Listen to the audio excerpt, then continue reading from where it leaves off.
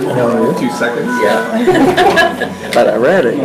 Yeah. That was funny. That smile you got, Julie. Okay. Except for Russ. How are you? Fairly. Good. Hello.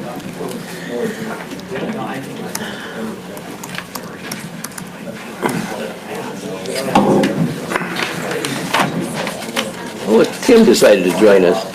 I'm talking to Angie. Oh, well, that'd be more fun than sitting in here with a bunch of us old That's, people. you got that right. No, Speak for yourself. I wouldn't include us. Roger? Oh, I was gonna yell at you, but you can come up.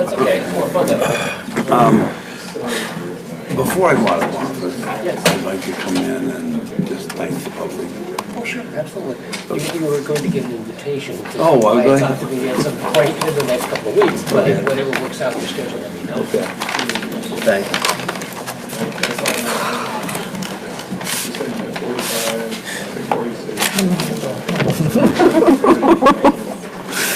I was kind of happy I had to go to work today. I spent 3 days at Joanne's. I mean, when you get 25% off your total order, That's a dangerous place for me to go.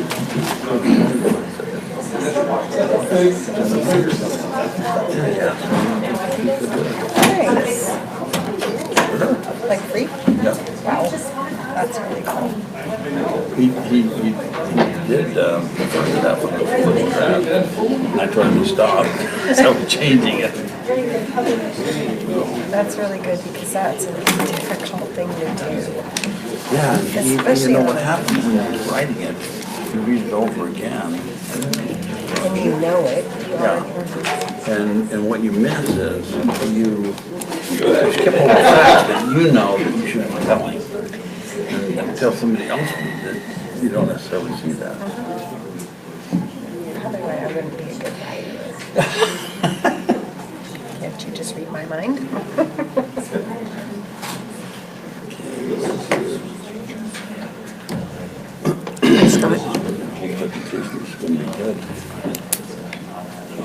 I didn't realize they were out already.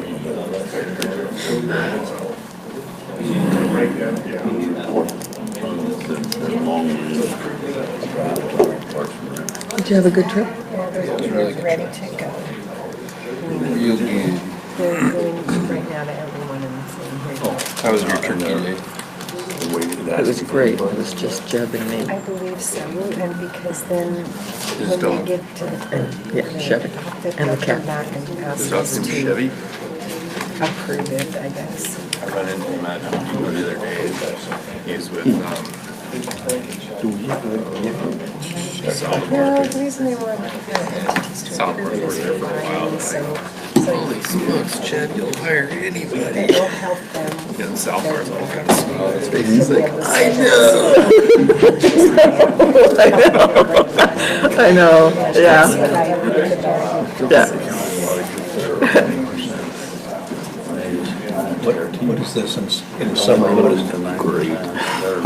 He's actually, Jeb's always she's doing good. Yeah, first, really good.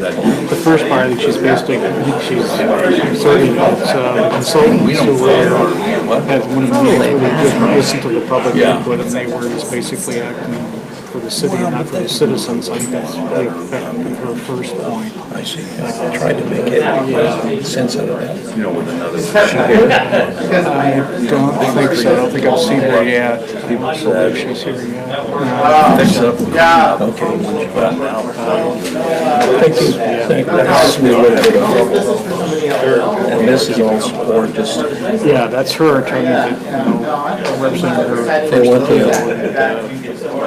he raises an issue that we do, it looks like we may have a bit of a conflict between what our comprehensive plan says and what the amendments are, so that's one of the issues that we're gonna maybe have to pull back and maybe readdress. We mentioned that.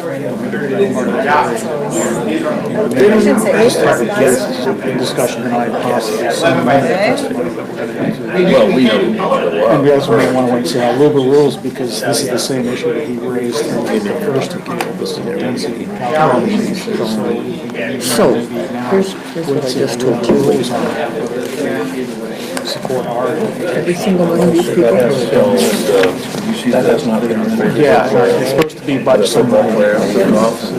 Yes, exactly. In hindsight, I probably should have done what I talked about. It's gotta be. Look at, These amendments until we heard from Luba, that would have been probably a little smarter move, but at the time, I felt more confident about our chances of it's doing not on the agenda. it. Not quite as confident.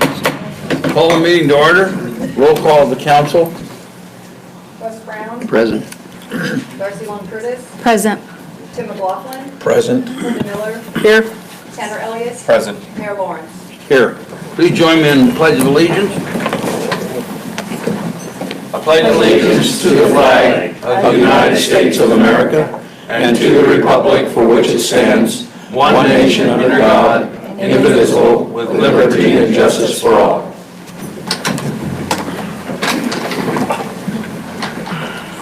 Next item on the agenda is approval of the agenda. There's no additions or deletions at this time.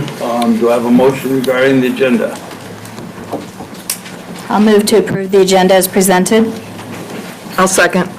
All right, been moved and seconded to approve the agenda as presented. Any discussion?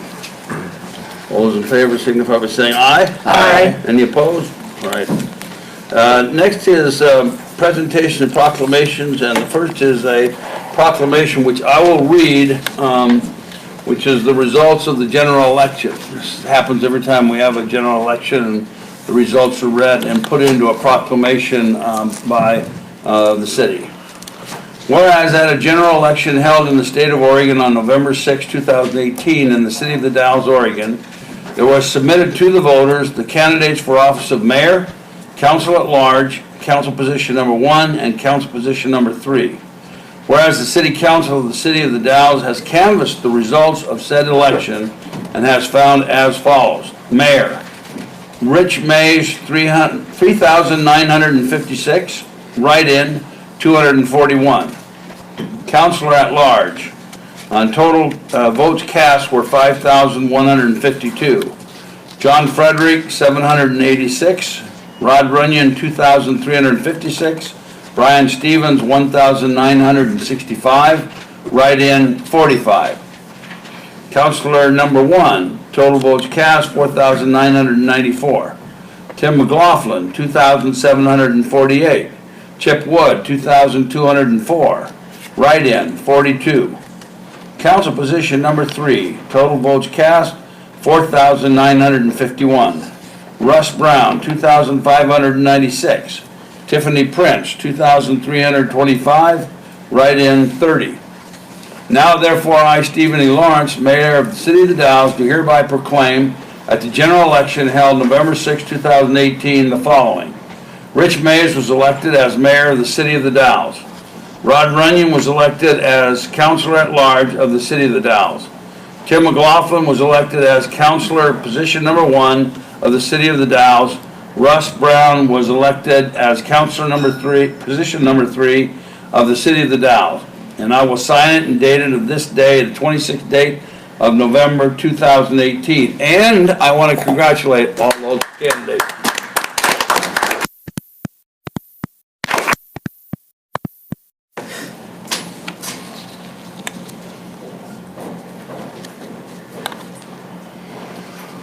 Those new elected officials will be sworn in at our first meeting in January, which is the second Monday of January. Next item under presentation proclamation is Northern Wasco County Parks and Recreation Capital and Facilities Master Plan. I don't think you can make that into an acronym. We just call it the master plan. Well, Scott, welcome. Requested that I sit over here, I think, for the camera.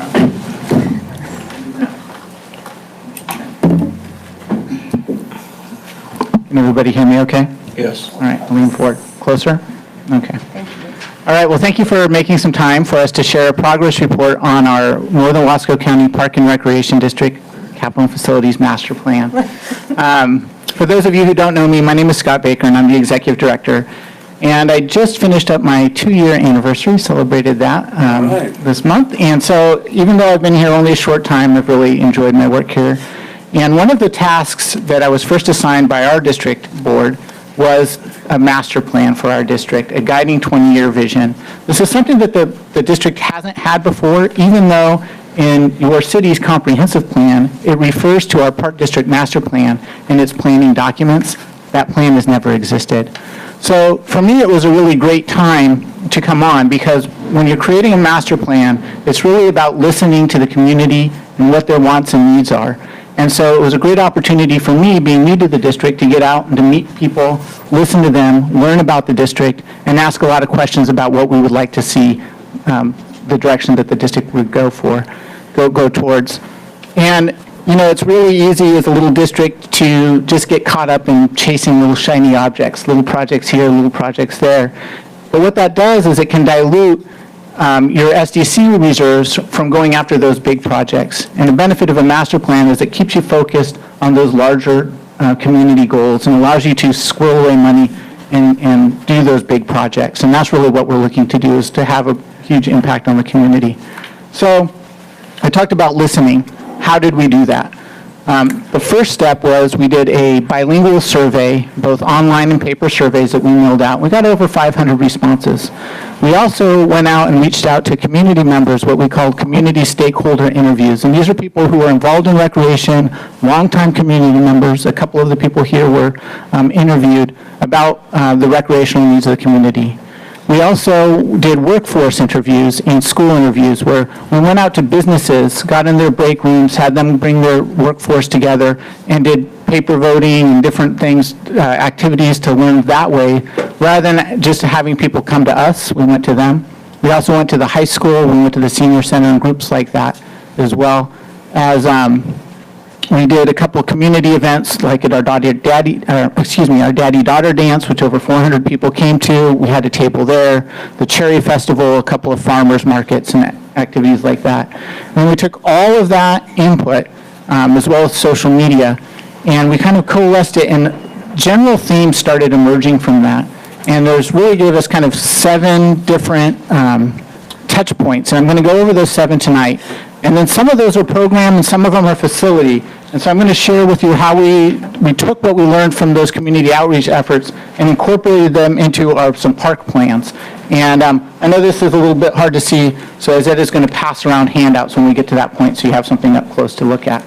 And I'm going to have to move fast to get through all of those in a short amount of time. But let me start with one of the key takeaways that came up over and over again. And that was a preference by the community to improve and build out the parks that we already have, rather than acquiring new parks. And so it was kind of an effort to just take better care of the parks that we have, build those, make those better, without a strong emphasis on acquiring new parks. But with one big asterisk.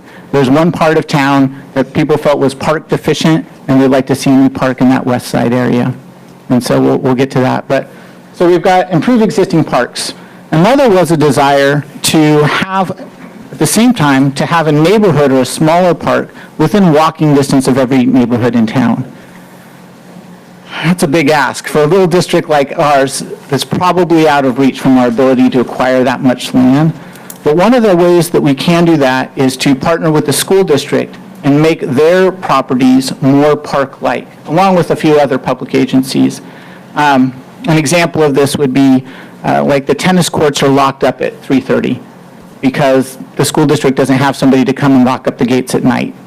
But we lock up gates at night. So maybe there's an opportunity for us to partner with the school district where we help keep those tennis courts open later. Our staff will come, clean up any graffiti, and help maintain those courts. That's a lot less expensive than the park district buying new 4 tennis courts, and it gets those courts into use after school and hours and on weekends when they normally would be locked up. So that's an example of how we can partner with school district to get more use out of their facilities. I mentioned developing parkland in underserved areas. Really, there's just, if you take those public properties, those school district-owned properties, and you start drawing circles of walking distance around them, there's only a couple of areas where we're still underserved. Most of those are in areas on the west side that have smaller yards, more apartment buildings. On the east side, where yards are bigger, we didn't hear as many people wanting neighborhood parks in that area. So we're really targeting on the west side. There's a couple areas that could use a public park and just a neighborhood park. Another thing that came through our surveys was to develop multi-use paths along the waterway. Now, we're already doing that with the Mill Creek Greenway. They'd like to see us expand and extend the Riverfront Trail and complete that project, as well as one that kind of came out of left field for me, which is to develop a multi-use trail along Chenoweth Creek. Now, these are really aspirational. We haven't really gone down that road, but it's something that we heard over and over again was to take those multi-use trails and then try and connect them and the parks in our facilities together through off-street or alongside street bike and pathways. We also heard that folks would like to see more programming through Parks and Recreation for all ages. I'm going to pass out one of our program guides when we get to that area. And we do most of our programming between the ages of 8 and 14. So there's been a strong desire to see more adult and senior programming, as well as for kids 4 and up, 4 to 7.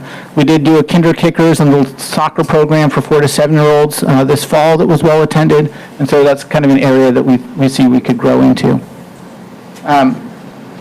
We also are bumping up against that we have a permanent tax rate. Our tax rate of 68 cents per thousand is enough to keep our 200 acres of parks clean and safe, and that's about it. They're not going to look like a country club with the amount of funding that we have. And so the Park District is really looking to diversify our funding sources. And you'll see that through our facilities, you'll see that through our programming. What I mean by that is we need to be innovative in ways of thinking about bringing in revenue so that we can improve our facilities that are not tax-based. So you'll see things like overnight camping and RV parks in our plans. Also ways to save money, like a camp host that can live at the park, provide security, open and close the restrooms, do some light landscaping for us that allow us to use our staff in other areas. So both strategies to save money and strategies to bring in additional revenue. And then the last thing was really nice to see. It was really at the core of who we are as a park district, and that was to build community resiliency. And we do that in a variety of ways. I mean, we do team sports that builds great people, which builds great communities, but we also try and do programming that will bring people together who might not meet any other way. So for instance, our adult softball program. When you look out there, at first blush, you might just see adult softball. We're not really in the adult softball business. We're in the business of bringing adults together and building community by bringing teams together who might not otherwise meet. And you see that in the parking lot. I was driving up, and it just hit me that there's just every bumper sticker imaginable along that fence. And I'm just thinking, wow, that tells you everything you need to know about their political ideologies. And they're out all in the field together, all got each other's back. And it was just really great to see, and I think that that's where we start. And so we want to create more opportunities for bringing groups together. So I'm going to launch into park development plans. I was going to pass them out. But before we get into that, are there any questions so far? Do you have any plans for the 14th Street Reservoir? We do, and I'm going to share those. Yeah. So, it's been really fun to build these park plans. We've gotten a lot of feedback on the design. And I wanted to come to this group early enough in the process that if you see something big that we're missing, you've lived here, you know the community, we still have time to incorporate it. We're not so far down the road that we can't make changes at this point. But I also wanted to come late enough that I had something to share. So we had some pictures to look at and some plans to go through. And so I'm going to start with Thompson Park. Thompson Park is the pool. It's also the skate park, which is one of our most used parks. And so what you'll see is an extension of the Mill Creek Greenway. This will connect, this is what we call segment 2. Segment 1 being from Lewis and Clark Park and Riverfront Trail to West 2nd Street. And we need to get across West 2nd Street and then continue up to 6th Street. So that's here along the water. Then you'll see where those purple rectangles are, those are multi-sport. They're kind of shown as pickleball courts. I just did that for Mr. McLaughlin. But there's going to be multi-sports courts, and in between on either side of that, what you see is an amphitheater. And I'm going to pass these around, but there's a very steep bank there. And so what we envision is like stair-step concrete seating around. And can you see that okay? Sorry, I didn't bring bigger ones. And then at the top section, there's been a strong desire to build a mini golf course. Not like a Bullwinkle-style golf course, but just a low-key place where you can play putt-putt with your family.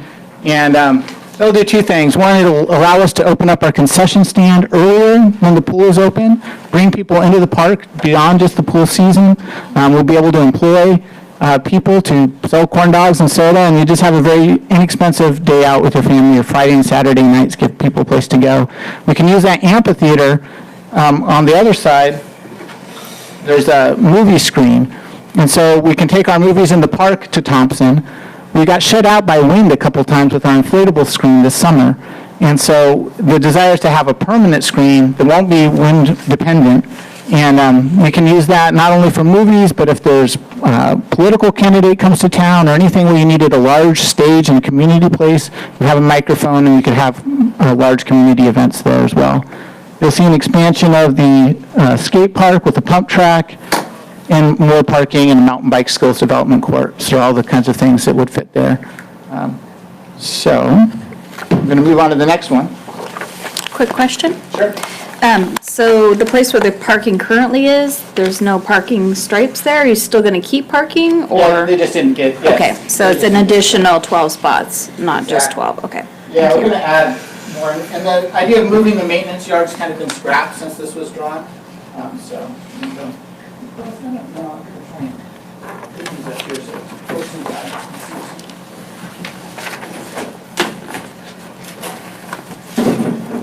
So this is one for Riverfront Park, and with these things, it's kind of drawn sort of exaggerated for scale, but there's overnight camping and RV parking, as well as biking camping.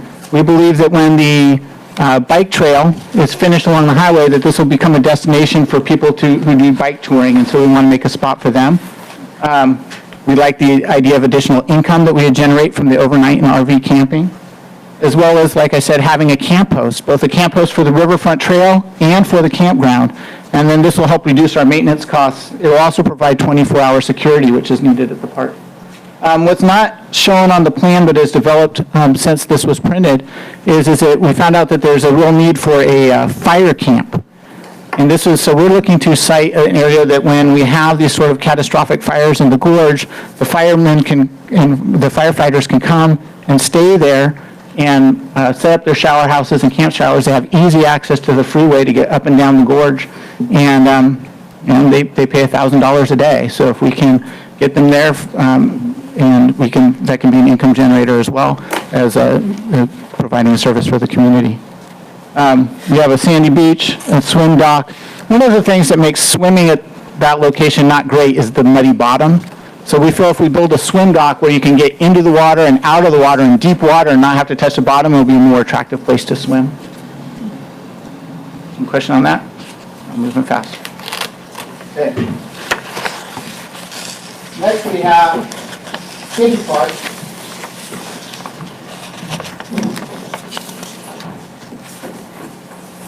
City Park's really just in need of an update. And also, it's heavily used by, it's a great location for the farmers market. And so the plans you see focus around making it great for our own programs, like Monsters in the Park. For farmers market, making it more accessible with more hard surface areas, so that you can, if you use a wheelchair, you can get around more easily, as well as a larger playground. It includes relocating the restroom. The sewer line there has issues, so we want to move it closer to an available sewer line and reduce the cost of that. It also involves moving the stage area. The wall along Union Street here, at the very bottom, is in need of some major repair. And so we look at that as an opportunity to build in additional seating and make that spot a little bit more usable park area. One of the things that you can't see in this plan from an overhead view, but is a desire of the Park District, is to start building our parks towards more of a brand and more of a look. We really like what was done at Lewis and Clark Park with the facade, block facade seating walls, the large timbers, the kind of muted colors. You have some basalt features in there that I think are really nice to pull in. So kind of taking some of that design language and building it into our parks. Not that they're going to be cookie cutter and all look the same, but that they have just sort of a common theme. Maybe some signage that is similar so that when people pull into town, they see a more cohesive park district and park system. And I think that City Park is a great place to start with that, especially because it is so close to Lewis and Clark. Right there. You asked about 14th Street.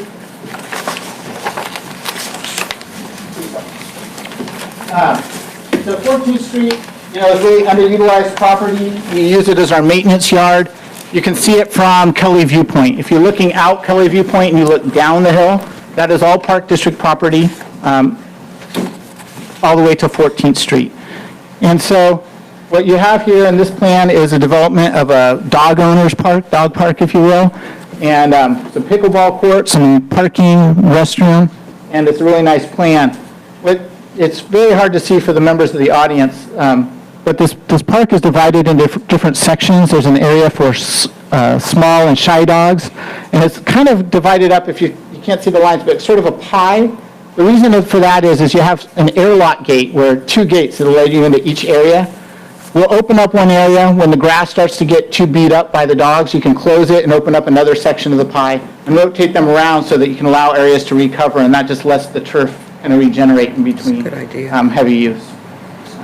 So you'll also see this kind of red squiggly line. That's a trail up to Cirrhosis. But for those of you in the audience, it's really hard to see, but there's a note there that says that this area has low recreational value. It's rather steep. There are a couple of benches in there, but it says consider disposition to other uses. And this is a recognition by the Park District that we're all in this together, that we understand that we have big community problems to solve. And if we have a property that is not ideal for recreation and could be, its highest and best use might be housing or meet another community need, we want to, this is like showing that, yeah, we want to partner. We want to make sure that if that land is needed for housing, that it can be available for that. And maybe there's no net loss of parkland. We can trade that property for something on the west side, and that might be a way that we can acquire property inexpensively, still have the same number of acres of parks, but get some more usable and more distribution out of it. The last thing I want to share, I'm going to show two plans. I don't have one for the audience. I'm going to hold it up real quick. This is just a kind of your generic, we call it a Clover sports field complex. They're about 20 to 25 acres inside, plus parking. This is showing 4 fields, 2 soccer fields, some parking. We wanted to include this in the plan. There's no property identified for this, but it's been a community goal for a long time. We want to still have it as part of the Park District Master Plan. And we want to start planning for the future and trying to find a home for this kind of sports field complex. We've also been asked many times, what's going on with Kramer? Is it going to be sports fields forever? It's been on the chopping block, it seems like, for a long time. And what would even fit out there if you could redesign the fields? There's an inefficient use of space at Kramer Field. And so, our architects drew up this little plan. I got a stamp for this. So here's the senior center. This is the county yard right here. And then this is this area right here, kind of, this part right here is the existing Kramer Field. Now, for those of you who don't know, Kramer Field is owned by the county. The Park District operates it with an 18-month lease. So it's great in that we're able to provide sports fields for the community in the short term. The difficult part of that is because we're just a tenant, not the owner, it's really difficult to make large investments in that property. Now, as a renter, you wouldn't put a new roof on the house you were renting. And so the result of that is that the irrigation system, the fields are in general not great. But it's hard to spend a lot of money out there when you know in 18 months it could be taken away. So it's tough as staff because I feel like Kramer Fields kind of gives the Park District a little bit of a black eye when people think, why isn't this maintained better? They don't really understand the whole story. And so there's no simple solution for that. But I think that a plan like this shows this is what would fit. We've got 4 full-size soccer fields and 8 baseball, we got 4 little league fields, and also that will work for softball, as well as 4 full-size baseball diamonds. This is big enough that we could really host tournaments in town and fill hotels in the off-season, spring and fall. People will come out here for tournaments because we got the sunshine. We had a nice place to go. I think that we would do very well. So, wanted to share this. It's not our position that this is necessarily the highest and best use of this property, but it's an answer to the question, what would fit if you used the whole thing and if it was in Park District ownership? Anyway, that's it. I've got, now time for questions. Probably went a little long. What are the next steps in your process? So we've got about 5 out of 7 chapters done. We need to finish up our implementation strategies and kind of finish finalizing some of the input that we've gotten through talks like this. And then we have cost estimating. Once we kind of get the plans all set, we'll do some cost estimating and put some 2018, 2019 dollars next to these plans so that we know what we're shooting for. And then after that, we'll be coming back to this group, hoping that the city will adopt it as part of their comprehensive plan. And then it will serve as the park plan for the city. And Scott, that sports complex that just says site to be determined, that's too large to be put on that Kramer property? Well, Kramer's big enough, but it's kind of the wrong shape for a clover. Okay. So this is the most fields we could get, given the shape that for the size. It's pretty small. Right now, it's about 12 acres. We really like a lot more, but this is what you got. This is what we could get to fit. Anything else? Thank you very much. Thank you, Scott.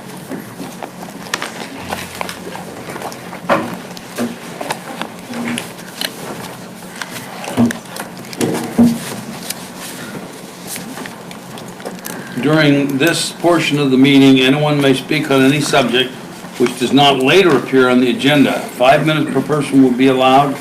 If a response by the city is requested, the speaker will be referred to the city manager for further action. The issue may appear on a future meeting agenda for city council consideration. Is anyone who wishes to address the council tonight?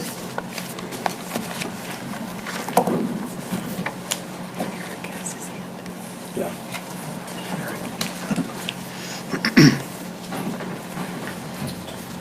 Hello, Eric Gleason, 704 K Street, the Dalles. I'm just here for a quick little update of the council. At the last meeting, I presented a letter concerning the Waldron Drug Store building and efforts to keep working on the preservation of the building. And subsequent to that time, we've gathered another 123 signatures, so a total of 230 signatures on that letter. I won't read it out at this time, since I read it at the last meeting. And then also just a little bit of an update. The letter's also been added to the Main Street website, so people that want to sign the letter can do so online at the Main Street website. And Main Street has taken an interest in seeing the building preserved, so we're kind of working with them in a partnership to try and find a way forward for the preservation of the building. I guess that's about it. I'll present. Oh, and also it was named one of the most endangered properties in Oregon by Restore Oregon. And Phil's going to come up and talk on that a little bit. They went to the meeting where that was announced. And there was an article in the Oregonian about it, and I tried to print out copies for you with my printer, but as always happens, I was out of ink. I'll just email it to you guys. Okay, thank you. Anyone else? Yes, come on up.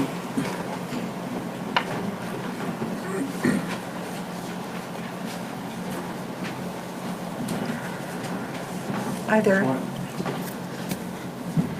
My name's Phil Swaim, 3300 Densel Road in Mosier. So I had the dishonor of attending the Restore Oregon, where the Gitchell building, Waldron Drug Building, was placed on the list of the most endangered places in Oregon. And while I was at the meeting, I was able to speak with principals and project managers with Bremick Construction, who did the work on the building, and with Peter Majel, who was the architect with KPFF when they drew up their engineer's report. And so they were rather incredulous that the city has claimed that the building is in imminent danger of collapse and that it's unsafe for city staff to enter the building. So I wonder where that all came about. And the council has said that those are the things about the building. Now, I know in staff report back in January of 2017, there was discussion about the joist system being unsafe. However, I wonder if the city made that determination with a licensed building inspector or a structural engineer to say that it was unsafe to enter, and what documentation you have to support that claim. It seems once again that there's roadblocks every step of the way as to what goes on with that building and trying to save it. So it's kind of hard. Also, the wastewater capital improvement plan shows new construction of new administration building estimated at $1.5 million. Well, you already have a building sitting there. It seems like you might want to consider reusing that building and repurposing it for the administration building. Something to think about. You've already put over $300,000 into the building, and estimate for demolish is probably going to be at least that. So anyway, thanks for letting me talk. All right, thank you. Anybody else?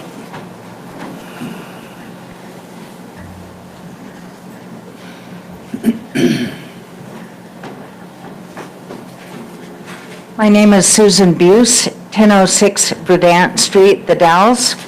I am the museum registrar at the Columbia Gorge Discovery Center, and I wanted to voice my opinion that we give the issues around the Waldron Drug Building some time for the community participation in it.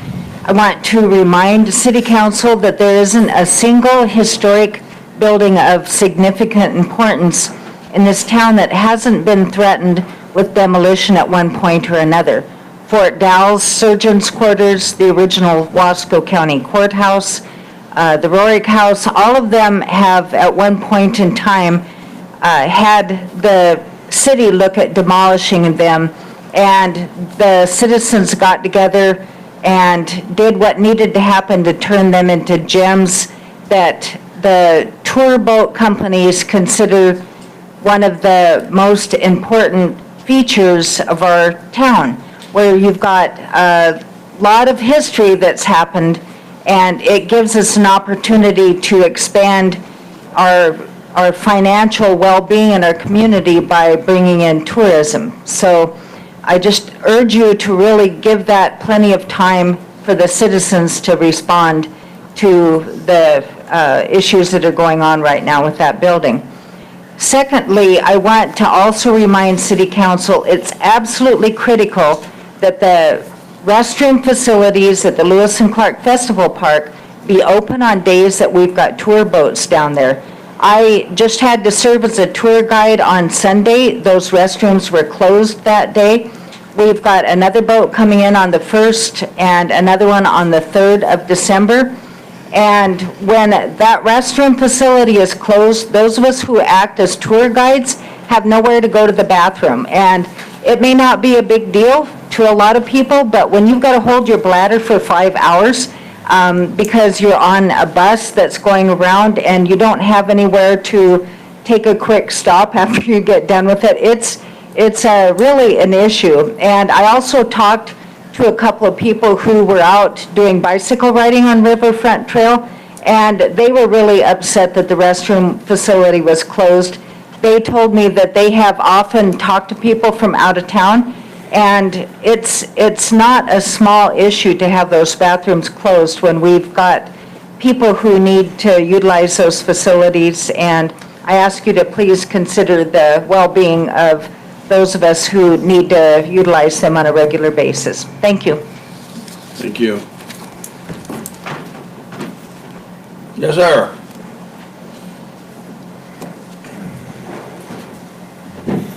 Doug Leash, 1623 East 9th Street, The Dalles, Oregon. I also would just like to see if there's any way to give more time for the Walgreen building. And I would speak to Old St. Peter's Landmark, which was, you know, just a fairy tale come true. You had citizens, some housewives, 2 teachers, a couple lawyers, just a smattering of people that came together and decided they wanted to save that building. Admittedly, the purchase price was a pittance compared to what it would be to move the Walgreen building or to purchase it, but it's a success story that was brought about by local citizens, and if the building's gone, then it doesn't allow anyone a chance in the future to try to save it. So if it isn't expensive to keep the building, it isn't hurting anything where it is, the property isn't in jeopardy of being used apparently by the sewage system, whatever that is. Just again, if there's any way to postpone, the demolition of it, I'd like to see it saved in the future, and that may never be possible, but St. Peter's Landmark is a good example of what citizens can do. Thank you. Thank you. Could I say something here? Yeah. You would be given the impression that the wrecking ball is going to knock that building down day after tomorrow. It will be at least a year before anything happens to that building. There's nothing cast in stone. There's a process taking place here, and we've been led to believe the building was deemed structurally unsound. That's the information that we have. And we're allowing this process to take place because if we do nothing, it somewhat increases our liability in the unlikely event that if it did fall down and hurt somebody. Doing nothing isn't an option. So, trust me, that building's still going to be standing there 12 months from now. It may be closer to demolition, but that's certainly a lot of breathing room, I have no doubt that if somebody come forward and say, you know, we have a place for the building and we've got this much money towards moving it, that's still showing forward progress. I doubt there's anybody on the council that wouldn't jump at the chance to save the building in that regard. It just you know, I just feel like there's only been one side of the story told here, and it's not going to come down next week or anytime soon. All right. Anybody else? Okay, thank you. Next item on the agenda is City Manager Report. Thank you, Mayor. I'm going to give my time to Public Works Director Dave Anderson tonight. He has a few informational pieces for you. Thank you, Honorable Mayor and members of council. Got the opportunity to update the council on 3 projects that have been underway for a while. First one related to the Dog River Pipeline. As the council knows, we've been working through the environmental, I've always called it permitting process. It's the analyses associated that allow the project to be completed on Forest Service lands. A draft permit has recently been issued for that project. It's currently out for public comment. We're hoping that will wrap up. I believe it's I think it's a 30-day public comment period, which should in the middle of December. And so we will know a lot more at the end of that process, whether we're moving forward, whether there are challenges to the findings in that report, or exactly what our next steps will be. I'm curious, what's the information piece that tells the public that it's out there for public comment? The Forest Service, so this is a Forest Service process, so they have actually published the notice. It was published in the Oregonian on the 10th and then also on Forest Service websites, and I don't know if they do any further outreach than that. Oh, they also provide direct communication to anybody who responded during the initial public scoping for the project. All right, thank you. So it feels like progress to me on that project. Our intent, of course, is as soon as we have that piece in place to be moving forward into a design phase very quickly. The second item that I wanted to update the council on was the permit for our wastewater treatment plant. Our permit expired in 2012. We applied for renewal in 2012. Since that time, DEQ's been going through a number of iterations of what a revised, a renewed permit might look like. A week ago today, notice has been issued of a draft permit for the wastewater treatment plant, and public comments being sought on that until December 24th. So again, another kind of long-term project for us that's starting to feel like we're making some progress. The third one is new to the council, I believe. City staff's been working with Wasco County staff to update Wasco County's natural hazard mitigation plan. This is a plan that has to be updated every 5 years. Wasco County has hired a consultant to assist in that process, and city staff has been contributing to that effort since one entire, I'll call it chapter, they call it volumes, but a large portion of that plan is specific to the city. So it talks about the city's vulnerability to things like floods and earthquakes and fires and severe weather and things like that, and then identifies a work plan to try to reduce our susceptibility to those hazards over the next 5-year period. The draft of the plan is nearing completion. It'll be brought to the council for their review, as it's also being reviewed by FEMA and Oregon Emergency Management. It's a requirement that one of these plans be completed and adopted to be eligible for any funding through either FEMA or Oregon Emergency Management after a natural event or a natural disaster. So we've been working on that and expect to bring a plan to the council probably in the first quarter of 2019. And the last item is an ask. The Public Works Department's been working hard to develop an ADA transition plan, which will identify work that needs to be done to bring all the city sidewalks into compliance with ADA standards. This is an effort that's going to take us literally decades to complete, but it identifies a good faith effort in moving forward to make those improvements. So that's something we're working on, and we'll be bringing to the council sometime in the next few months or next several months. Also associated with our work on that, we've become much more knowledgeable in current requirements related to temporary pedestrian access. Anytime a sidewalk is closed, just like we do for vehicular traffic, there needs to be a detour route established. And if there are sidewalks that's closed has ADA ramps or other facilities to facilitate that kind of movement, that kind of pedestrian use, the alternate routes have to have as good or better systems in place for ADA. This means we're going to have to stock up on some signage that we don't currently have for more sidewalk closures, pedestrian detour routes, things like that. Some barricades and pedestrian traffic control devices that we don't currently have. Temporary ramps, these will be plastic or metal adjustable ramps that would fit on the end of the curb to provide a temporary wrap while the sidewalk on the other side of the street, for example, might be closed. This is not something we budgeted for in the Public Works budget for the current year. It's something we do want to move forward, though, quickly so that we can start making these accommodations both in-house and having some equipment to loan out to smaller contractors that might be undertaking projects, though they can also remain compliant.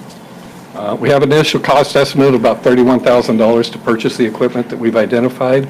We're asking for the council's authorization to use the safety funds for this purchase. I've checked, the current budget identifies $45,646,000 were budgeted in that line item. Of that, 15,351 have been used, leaving a balance of $30,295. Now, those are the budgeted numbers. In the actuality, we've got quite a bit of money in that line item. There's over $209,000 in that line item currently.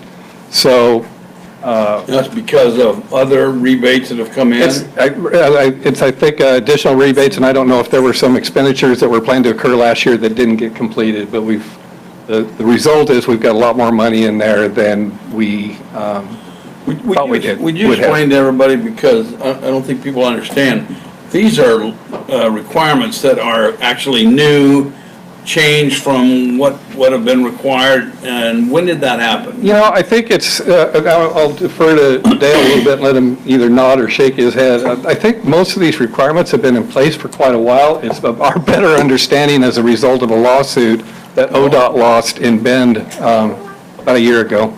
Okay. And so there's a lot greater emphasis, both at the state level and at the local jurisdiction level, to get into compliance with these things. Any questions? What action needs to be taken on this? Does somebody need to? Normally, we just ask your consensus because the money is there and it's available and it's for safety. So your consensus is agreement that, yes, it's a safety issue and that's an appropriate use of those. And if we were to go over the $30,295 that's currently available in budget, I mean, you could direct us not to go over that, or if there was a allowance to go over that, given there's 209 available, we'd come back with a supplemental budget to authorize those funds. Is this the same fund that we discussed, body cams for the police? So would that jeopardize getting those cams for the police department? So it's safe?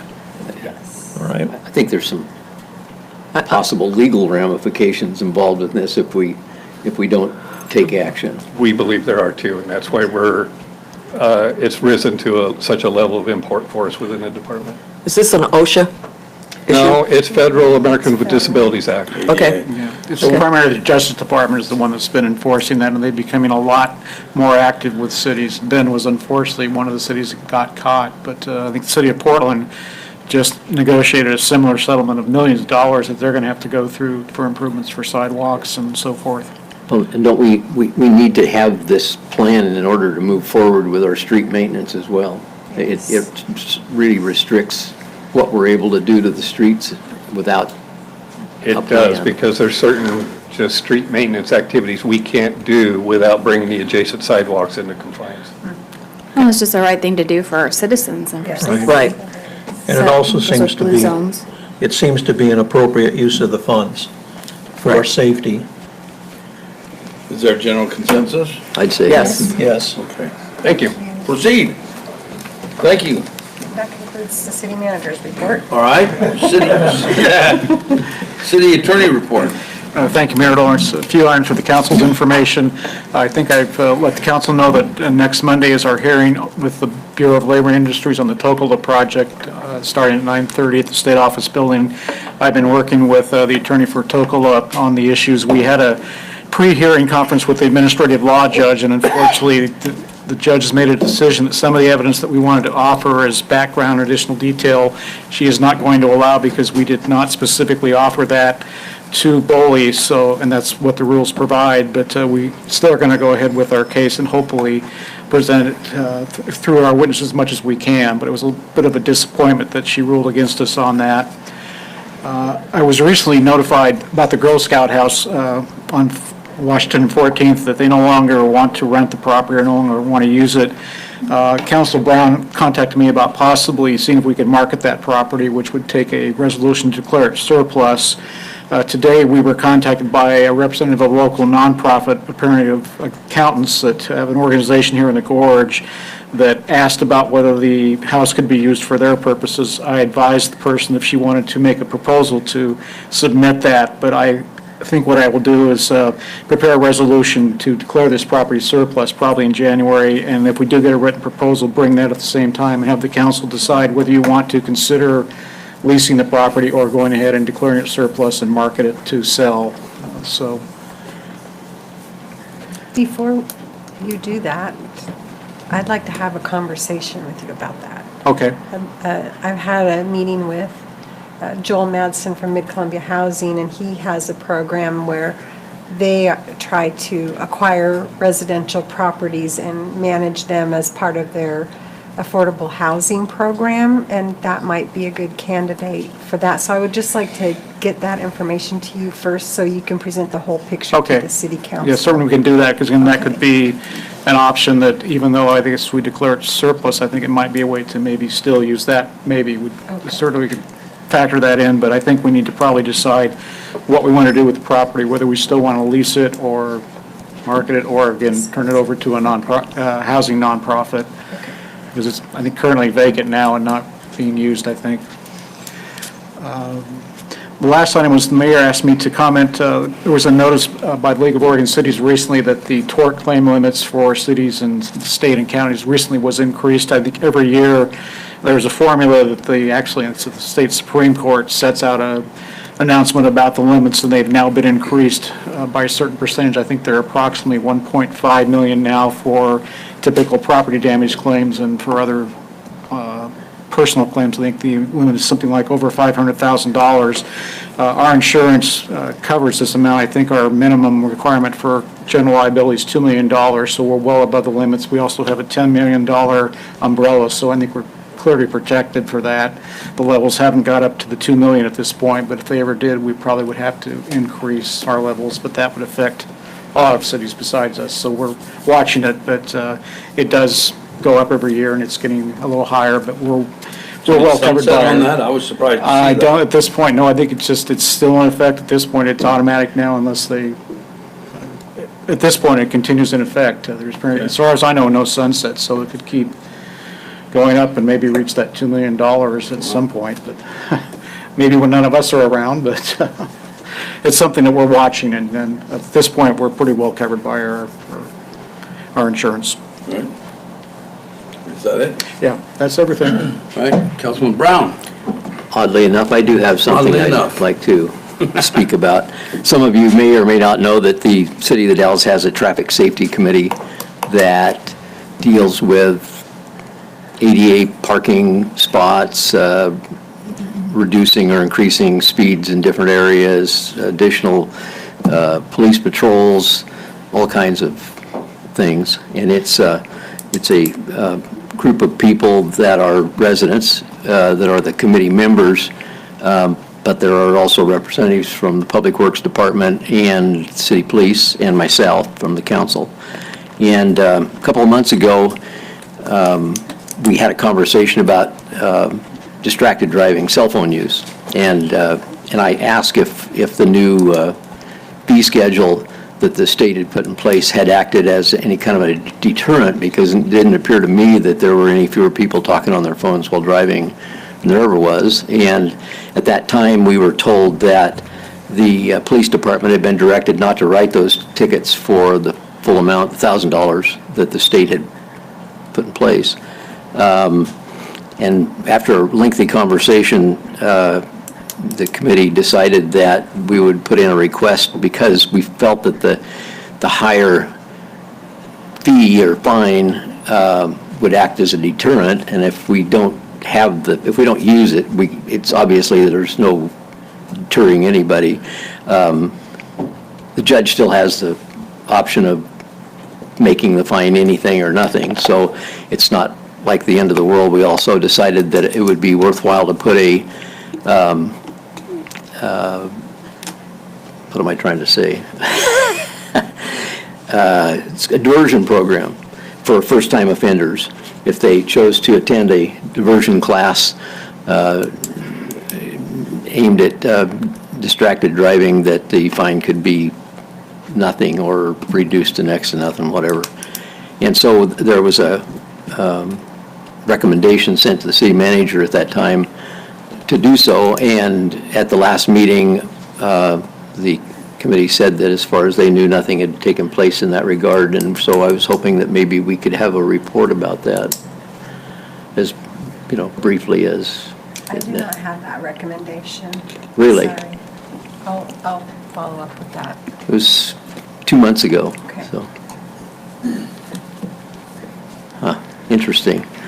Okay, thanks. I guess that's I could maybe address one of Councilor Brown's concerns. I think it's a question about, he talked about the fines have been increased for cell phone violations, and that's true. And I think the reason that we don't put the maximum fine on the ticket is, on the ticket, it asks for the presumptive fine.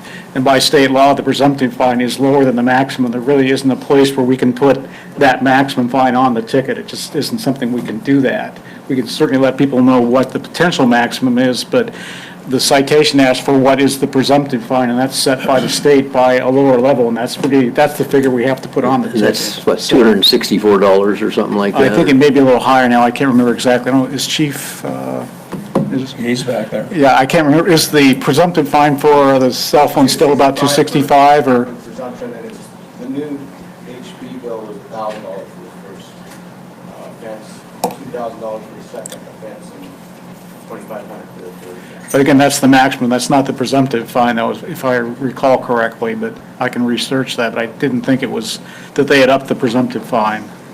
But So that fee can't be put on the ticket. Our thought was, it was like with, the internet being such as it is, somebody gets one of those and they're all over the internet telling people, oh my God, I just got a ticket for $1,000, and it's. Yeah, the concern I've got is if that is not the presumptive fine, that I don't want us, the city, being accused of putting out information that really isn't accurate. Certainly, we want to get the point across, but we feel it needs to be accurate too.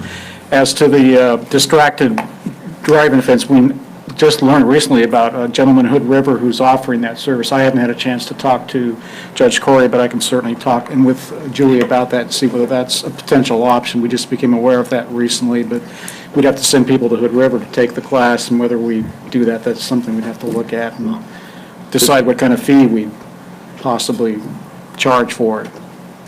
Clearly, there's been a breakdown in communication between traffic safety and Julie's office. I'll take care of it. Thank you. I apologize. Must not have happened on your end. Councilwoman Long Curtis? So because of the holiday, most of my meetings are this week. But in October, I did attend the Oregon Telecommunications Conference in Hood River, which is partially sponsored by Q-Life and a bunch of other organizations. And I enjoyed that. It gives me more information, helps me participate on that very complicated committee. And I think I'll take the other thing offline since Russ already kind of went there. And that's all I have. All right. Councilman McLaughlin. Well, 1st of July through 1st of October, I was on the road quite a bit, 4 trips, some personal and some for the city. So that took me out of a lot of activities. However, the homeless issue is still a focus of mine that I plan to return, and we have made some improvements. We have some setbacks. There are changes. It's not stagnant. It's always changing. So I did attend the Affordable Housing, Community Housing Workshop by the City Planning, and that was well done, by the way, and thank you for doing that. I learned quite a bit about the availability of housing in our city. The focus on codes and permitting, which is happening right now, we're making decisions on because of the McCog no longer being in existence, and how is that going to flush out for the interest of our community. So I did attend the Wasco County Commission meeting that we held, last Monday or 2 weeks ago, and that was an interesting discussion on this topic. So I did attend that.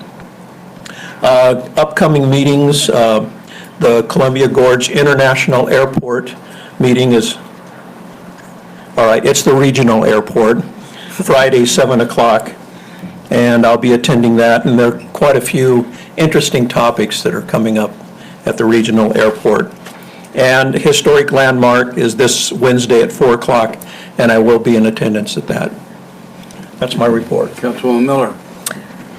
Okay, latter part of October, we had a delegation from Japan come to visit us, and it was a significant visit because it was a 30-year anniversary for sister city of the Dalles and Miyoshi, Japan.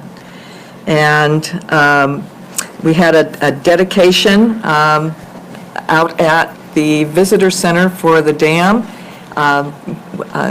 Our sister city had a bench made, and it is out there, and a Japanese tree was also planted. And that was our part for the 30-year anniversary. And if you have the time, it would be well worth going out and checking on that bench. It was well done. It's in storage right now. Oh, okay. Don't go. Yeah, okay, so when the spring rolls around, if you go out and see, and it was the Dow's Ironworks that did that bench, and they did a beautiful job on it. There was also a Jamada party, which is, it's not a farewell party when the Japanese, it's until next time. And they gave us, and you can see it out on the bench out there, it was samurai. And it's beautifully done, and it's my understanding it took 2 months to make that. So, and I also attended the mural ribbon cutting. It's down on, what is that, Madison? Madison. I believe. Madison. And that's Travel Oregon, that the Dalles was awarded this mural.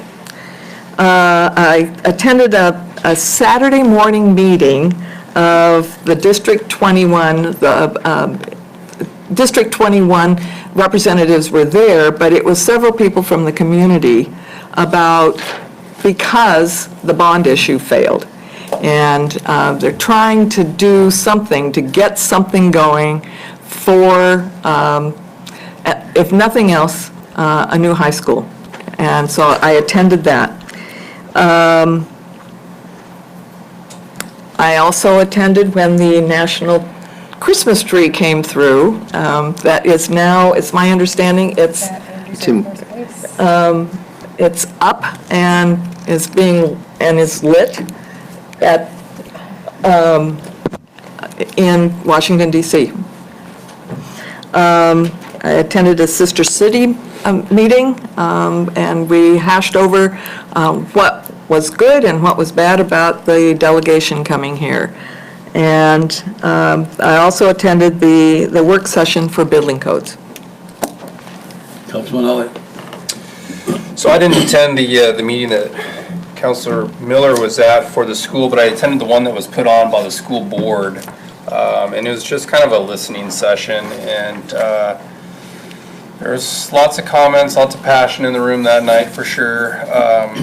And similar to the meeting she attended, where do we go from here basically, and how do we kind of unify all the people in this town and try to figure out some common ground for getting a new school built. So there's plenty of work ahead to be done on that.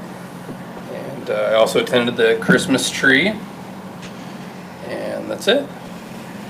Okay. So if you see the chief and I are participating with other members of the police department, No Shave November, which is cancer awareness. And to my surprise, my wife's not telling me she likes it. So I don't know, we'll see. We've had a long time since the last meeting, so I also participated with Sister City. We had 9 adults, and we were lucky enough to go up and show them Mount Hood, which was great, and spend a quality time. We spent all day with them, and you know, you make good friends when you spend that much time with people. Travel Oregon mural, that's on the Leland building, if you're familiar with that, and that's next to the new Chronicle building, and it was quite a ceremony. Also that day, ran over and attended the Yakima Housing groundbreaking, which is over at Dowsport, and afterwards they put on a luncheon and put on the screen a lot of their plans and what was going to happen. So that's an ongoing thing. It probably will take quite a bit of time, but they're planning a considerable housing project over there. I participated with the Lions Club as a crossing guard for trick or treat. That's my first time in doing that, and one of the things that I recognized is there's a heck of a lot of people in this town I don't know. I mean, I kept looking at people and saying, I don't know these people. But what really got me was there were people who weren't paying attention to the crossing guards. And we had a guy, not only did he almost hit a crossing guard, but he was talking on his phone. And luckily, we had a policeman sitting right there who took right after him, and I asked him later, they wrote several tickets. So they were Johnny on the spot. Thank you, Chief, that was good work. I attended an economic seminar that was put on by the McCad at the Civic, and interestingly enough, they were all computer and high-tech companies, and their main concern right now is, first of all, finding employees, finding people who are trained. So concentrating on providing that kind of workforce in this area is really going to be important. Second of all, they actually are having trouble finding satellite offices and places to put their people. So, you know, they were saying, we're growing, there's more economy coming, and you guys need to be aware of it. It was encouraging, and it was a little bit discouraging because of the lack of employees available. Again, I attended the Capitol Christmas Tree. That was a good event. And the school board, I thought that was a great discussion. Let's see. Oh, I attended the prelude to a Marine Ball in Vancouver, not as an official, but there was a gentleman after 55 years who was receiving the Distinguished Service Cross, which is only the only one that's not higher is, the only one higher is the Medal of Honor. And so he was being recognized after all of these years, and I got to meet him, and I was really impressed. Attended the Building Codes joint session. Tomorrow I will be on KIHR. I was on KODL this week, or last week, and I was in the Starlight Parade, which is officially my last parade. Ooh. All right, the next item on the agenda is consent agenda. Items of a routine and non-controversial nature are placed on the consent agenda to allow the city council to spend its time and energy on the important items and issues. Any councilor may request an item be pulled from the consent agenda and be considered separately. Items pulled from the consent agenda will be placed on the agenda at the end of the action item section. And we have two things on the consent agenda: the approval of the October 22, 2018 regular city council meeting minutes, and adoption of resolution number 18-028, a resolution updating the employee recognition program. Do I have a motion regarding the consent agenda? I'll move to approve Go ahead. the consent agenda as presented. I'll second. Moved and seconded to accept the consent agenda as presented. Is there any discussion?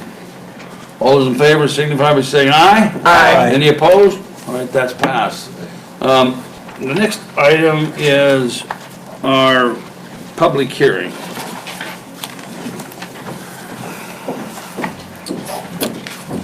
This is entitled Amendment to the Dallas Municipal Code, Title 10, Land Use Development. This is time scheduled for a public hearing to allow for public testimony concerning recommendations from the City Planning Commission regarding proposed housing code amendments to Title 10, Land Use Development of the Dalles Municipal Code, and to also consider adoption of General Ordinance Number 18-1370, approving the proposed amendments.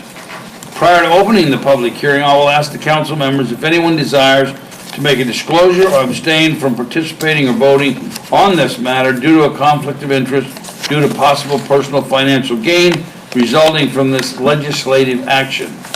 After asking for declaration of any conflict of interest, I will ask for the staff report. Following the staff report, I will ask persons who wish to present testimony to come to the microphone, state their name and address, and present their testimony. All speakers are requested to be specific in their presentations and to focus their remarks upon the relevant issues raised by the proposed recommendations from the Planning Commission and proposed General Ordinance Number 18-1370. So So I'm opening the public hearing and ask the council for any declaration of conflict of interest due to possible personal gain. Okay? At this time, I will ask for the staff report. Thank you, Mayor, members of the council. Before we get into the staff and consultant presentation, I need to give the council a couple of comments on where we are this evening, along with the city attorney. Subsequent to this item being noticed for a public hearing this evening, the city attorney and I had a discussion regarding the current case that we have before LUBA right now at the State Appeals Court on land use matters. And it seems to be one of the issues that is currently at LUBA deals with some of the subject matter we have at hand this evening, specifically some of the definitions or calculations on how density dwelling units per acre are derived. And in discussing this with the attorney, there were a couple of options to go forward this evening. Since it is a noticed public hearing, we could go through the full staff and consultant presentation and then continue the hearing to a date uncertain, probably a couple of months from now. Or we could go through a more of an overview type presentation on what the amendments are, the very areas of the amendments, the various code requirements, and then allow for public testimony. And then when we do return for the more thorough public hearing, to have the consultants give a more thorough presentation of the various code amendments at that hearing. Question. If the public hearing was limited to those things which weren't subject to that hearing and possible change because of the hearing, is it possible to go through this process twice? You wouldn't want to do that, right? In other words, drop the sections out that are in doubt, go forward with everything but that, and if the LUBA hearing resulted in a reversal invalidating those portions, then you come back with another LUBA procedure. I'm just wondering if you can bifurcate it. We could, that would be another option, and perhaps the city attorney could speak to that. That was something that Mr. Harris and I possibly talked about, but we really didn't go through the ordinance and try to determine exactly what sections we might take out, whether it would just be the sections on the residential low density. That's the primary issue that's in the case that's pending before LUBA now. And the reason that I did have some concern is that we don't know how LUBA is going to rule. We are hopeful that they will determine that our interpretation was correct when we had the hearing on the 19th Street property, but if they were to send it back, we might have to look at some additional amendments. And in thinking about it, we thought it was best to wait and see till we had that determination to know whether we would have to add some additional language to the amendments other than what's there. Right now, I don't think we're really prepared to determine exactly what would have to come out except the RL provisions, but I don't know if we've determined that there's the same concern about the medium density and the high density residential, whether we have the same concerns about the calculation of density on those or not. So that sounds like that the sort of median approach, which you talked about, of describing the general changes, et cetera, and asking if anybody wanted to comment on those today, knowing that more specific will come back later, would probably be the most advantageous. I don't know if anybody wants anything different, but it seems to me. Go ahead, Doris. Well, I was just going to point out that by the time the Ludo is resolved, we will have a new mayor and a new council member who I feel would be better served if they could be up here asking questions and participating through the entire process. So, and I have some you prefer to concerns. wait until that time. I have some concerns with some other things in this. Today I wouldn't vote to pass it myself anyway, so I'd just as soon we go through this one time and get it right. Well, we did give a public notice for a hearing, and it seems that we probably have to satisfy that by having even a general description of anybody who wanted to comment, and who came here for that purpose, and then leave the specifics later for the new group. Julie and I had a discussion about that, and she asked me about, I'm not aware of anything in Oregon law that requires us to actually allow the public testimony if we, schedule it as a public hearing. And I think we've had other situations where we've canceled public hearings for other reasons, either inclement weather or so forth. But I don't know that we're required to have to proceed with the public testimony. We can certainly reschedule it to another time and notify people again and give them an opportunity. And who makes that decision? Would the council make that decision? I believe they would be the body that would make that decision because it's your hearing, so it would be up to the council to decide how they want to proceed. Any thoughts on that matter? I'd prefer to deal with it all at once. I mean, and it's... Well, I think the question that we just discussed was whether or not to go ahead with any public testimony tonight. I think any public testimony would likely be based on what's in the report, and it may not be the same report.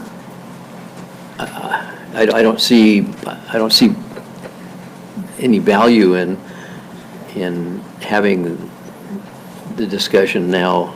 I would much rather have it all at one time when we know that what's happening here is legal and right, and it may very well change some of their comments.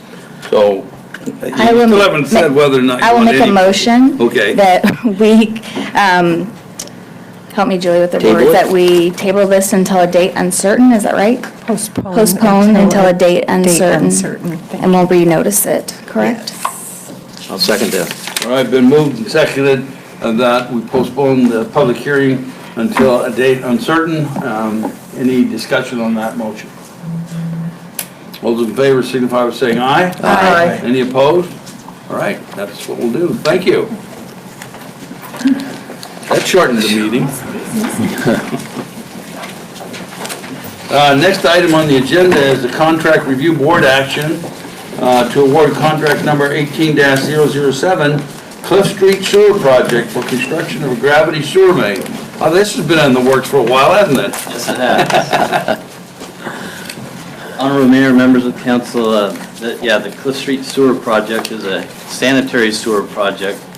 Currently, there is a sewer line that serves the residences that are on the north of East 9th Street and between the top of Brewery Grade, Dry Hollow intersection over to Quint Street.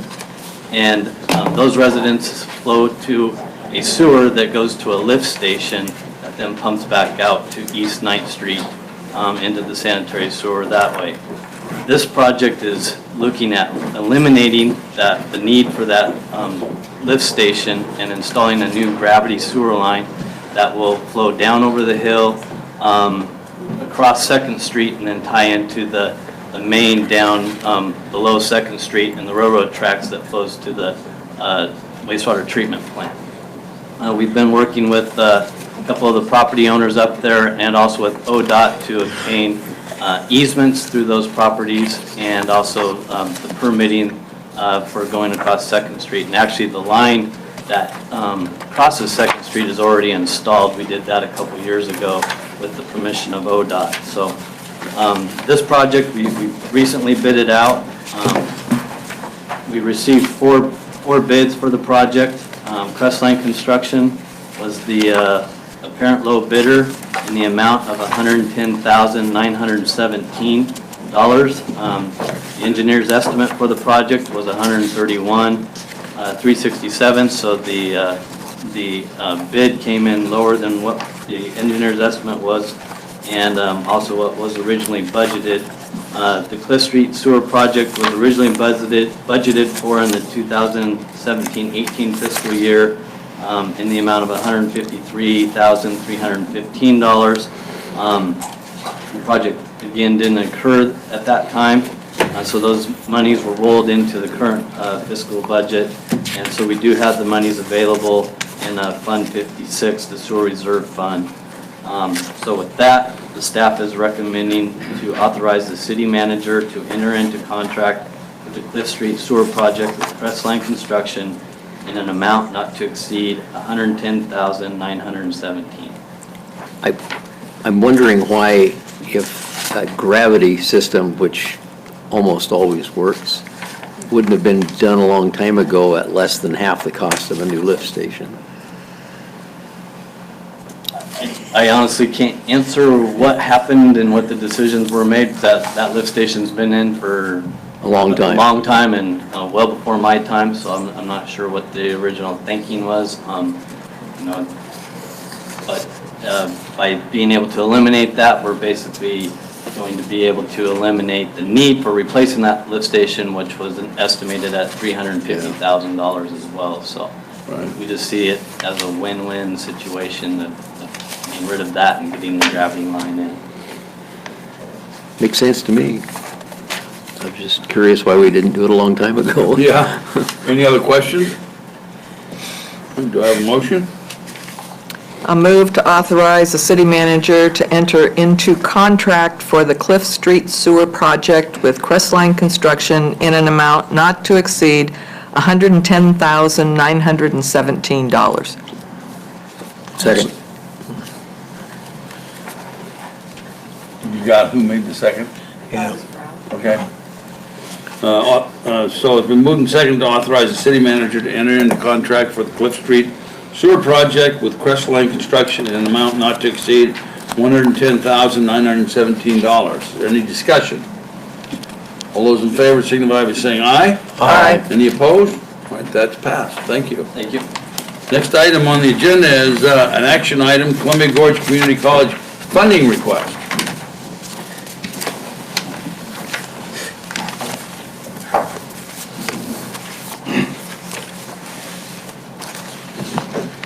Honorable Mayor and members of council, before you, you have my agenda staff report summarizing the Treaty Oak Regional Skill Center and campus housing proposal put forth by the Columbia Gorge Community College. As stated in my report, in order to secure $7.3 million allocated by the Oregon legislature for the construction of a regional skill center, the college needs to provide a dollar-for-dollar match. The college intends to use an investment in campus housing as this match, and this will be in the form of a full faith and credit obligation of $7.3 million, fulfilling the dollar-for-dollar match. The college needs to have financing sources for this debt secured by January 31st of next year. And the college is requesting that the city and Wasco County service $3.5 million of this debt associated with campus housing. To fund this request, several scenarios and options have been discussed. Primarily, the use of enterprise zone funds associated with the third Design LLC agreement could service this debt over various timeline options. One alternative is for the council to agree to service said debt in equal partnership with Wasco County, and this alternative, obviously, would require approval of Wasco County as well. I believe the county will hear this request as well at either the November 28th or December 5th County Commission meeting. And if the county declines to participate, this issue can come back to the council potentially at the December 10th meeting. Although alternatives involve different amounts, timelines, and other means as identified by council, a loan package or repayment structure has also been discussed, and I believe Dan Spots and the new college president is in the audience, and they may be able to speak better to this possibility. Please note, certain timelines for payment may be affected by whether or not the bond allows a prepayment or if you have to follow the amortization schedule. The last alternative is to decline this request and direct staff on alternatives. It is not known if this would prevent the college from moving the project forward. Without additional direction, the enterprise zone fund spoke earlier will likely be split between Wasco County and the city of the Dalles. Staff is looking for council direction as to whether or not to develop an IGA for this proposal and under what broad guidelines to bring back to the city council for approval. And with that, I'll answer any questions that you have.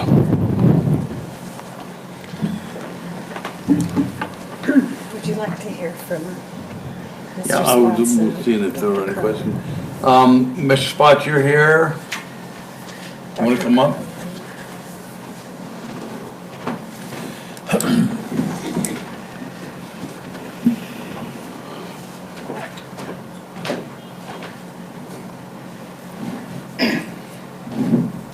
Thank you, Mr. Mayor, councilors.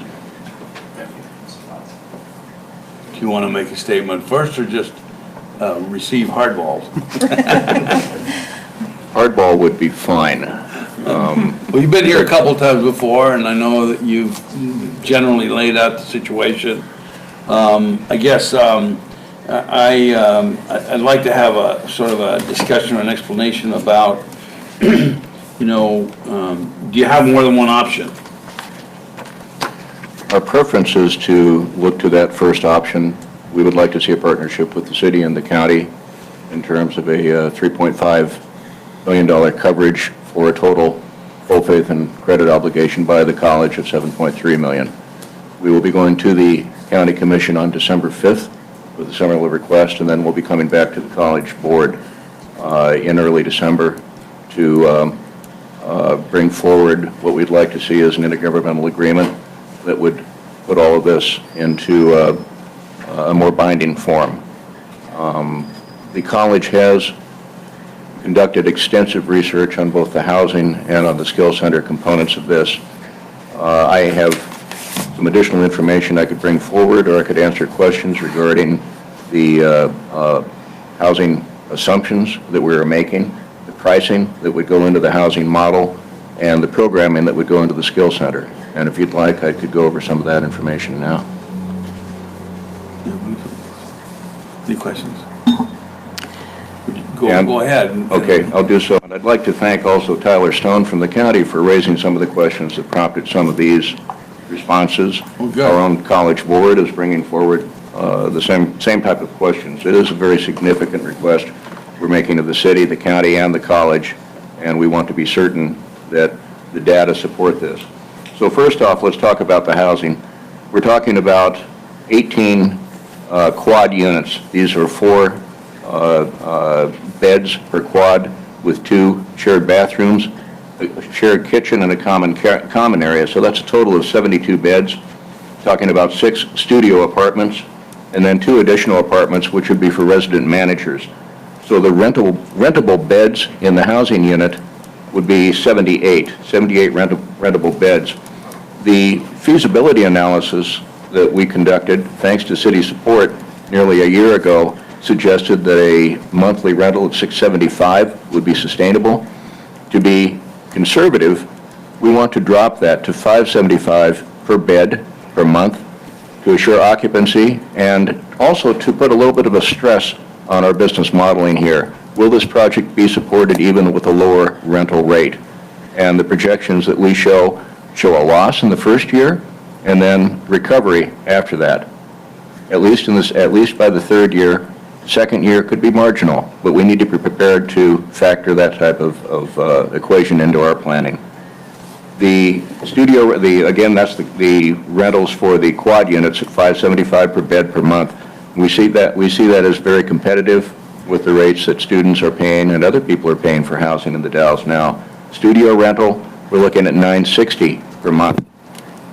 There would be an elevator in the building, there would be a laundry. The total square footage of campus housing would be 29,000 square feet with net rentable area of 22,262. Total cost of the housing, again, as we've gone over, would be $7.3 million. That's the match for the skill center. Now let's talk a little bit about the assumptions we're making on where are the students coming from for that housing. We're talking about 72 units, 78 with the studio apartments. So I want to go through some of the projections we're looking at. Leland Consulting Group, in their analysis last year, early this year, using data gained in part from the college's student housing survey, projected a potential market of 335 students from the college's current enrollment. Those are students who expressed a strong or very, very strong interest in housing if it were provided on campus and at an affordable rate. And again, we believe the numbers show that our proposed cost of $575 or $960 for an apartment is an affordable rate compared to our local market. While that number is extrapolated from the number of survey participants expressing a strong interest in housing, and it's always a little dangerous to extrapolate, it is supported by 2016-17 enrollment data showing that 31 students already came from Oregon counties beyond the 5-county region, 8 from Washington State beyond Klickitat and Skamania counties, and 5 from other states completely. Other students live throughout the college's 7-county service area, often traveling an hour or longer to campus. A capture rate of 25% of 335 students That's 84.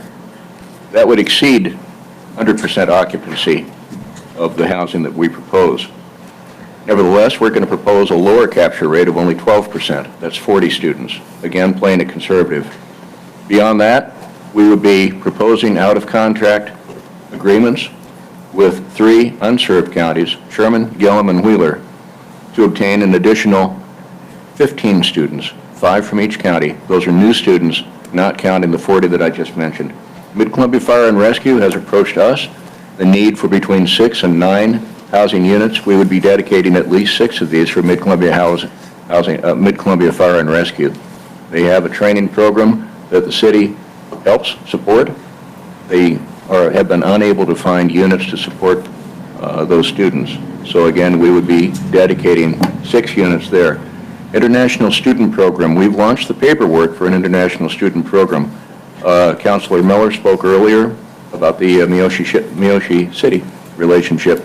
The city of Hood River has a long-standing relationship with Tsuruta, Japan, and we have a campus in Hood River.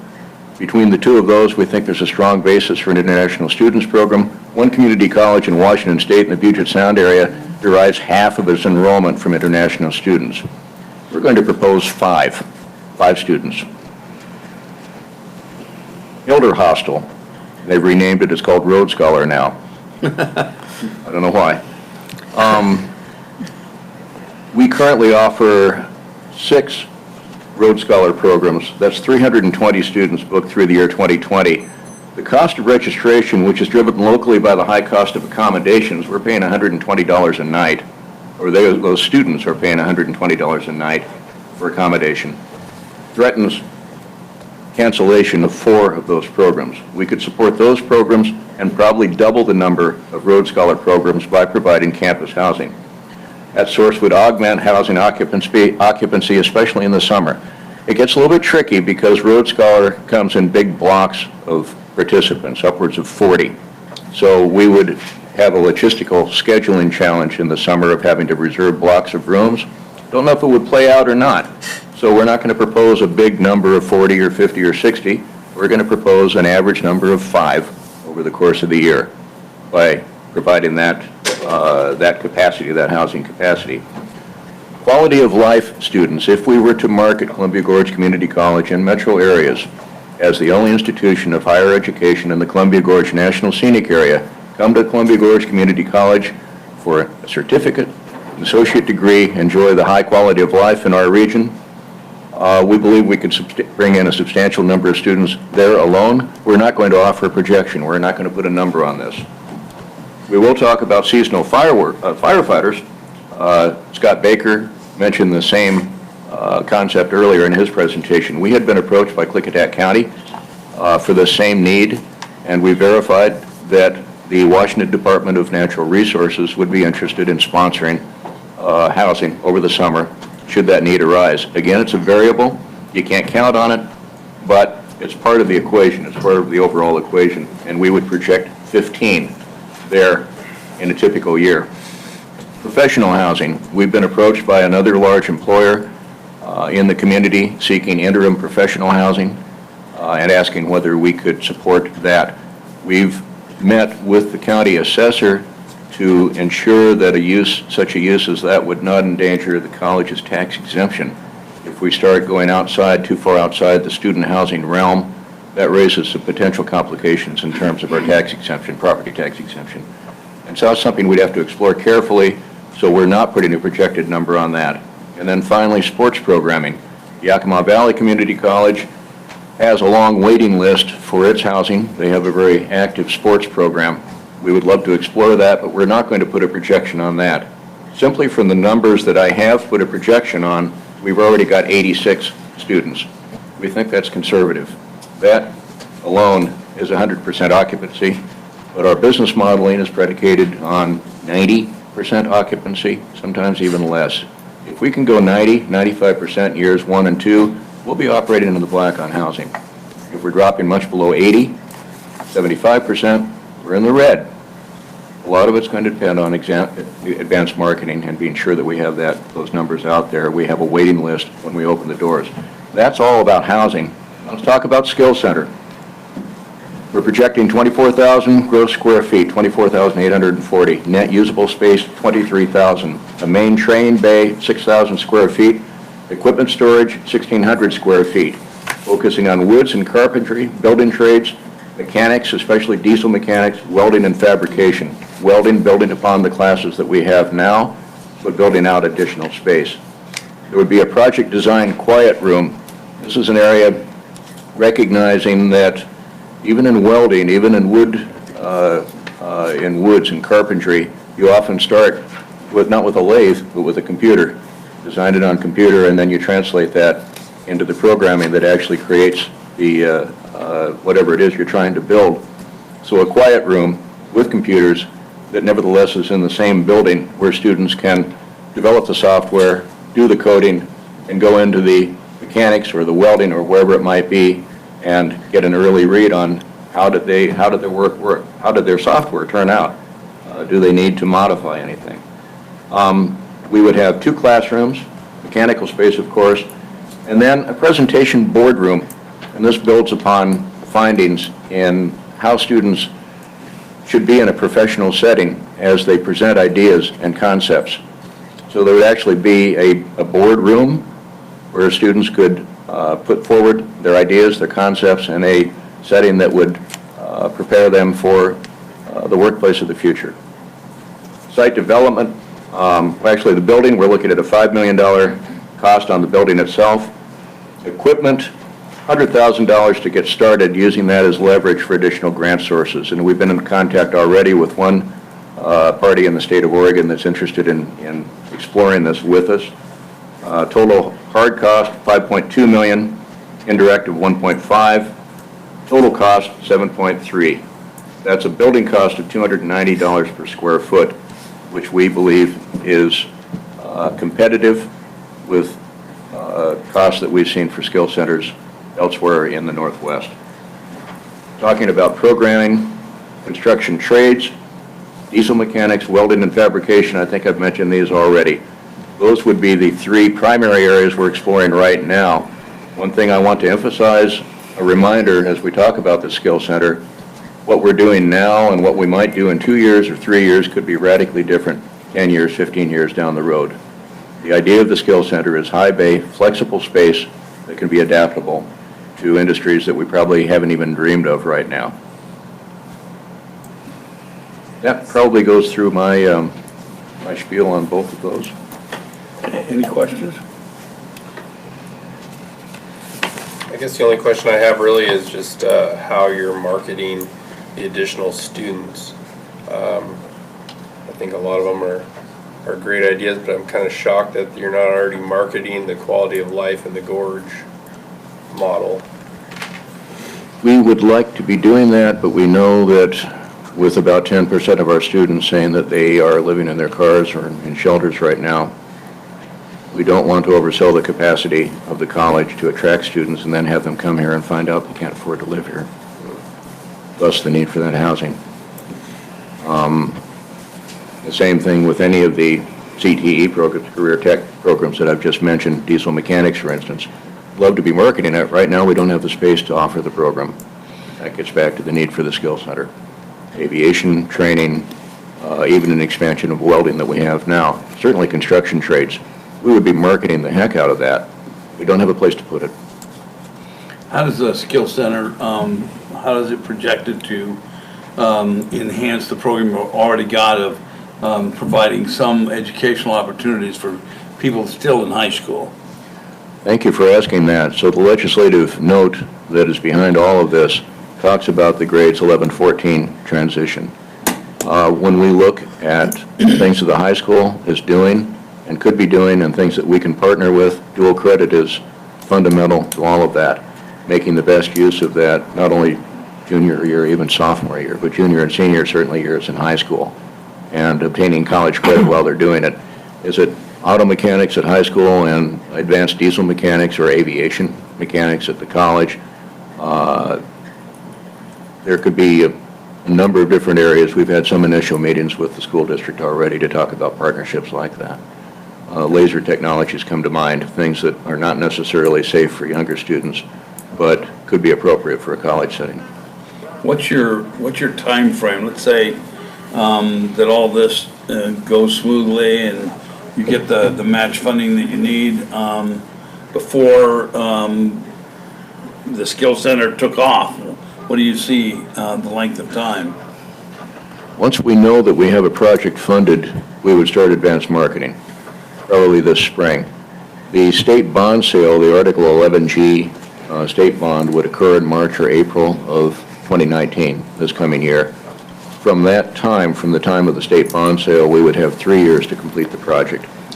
We could request an extension beyond that. Probably would not be needed, and frankly, I don't think it would be necessary. Architectural and engineering through 2019 into early 2020, groundbreaking in 2020, completion within a year and a half. Both projects proceed in tandem, housing and skill center. Separate buildings, but one large construction project, total valuation of $14.6 million. You're not acquiring any additional land. No, sir. And you have a lot of the infrastructure that's already in. In 2008, the college completed its last major construction project, and in the process, we prepped 3 sites with infrastructure. They're roughly leveled. There would be some site development work assigned to that, parking, foundational work.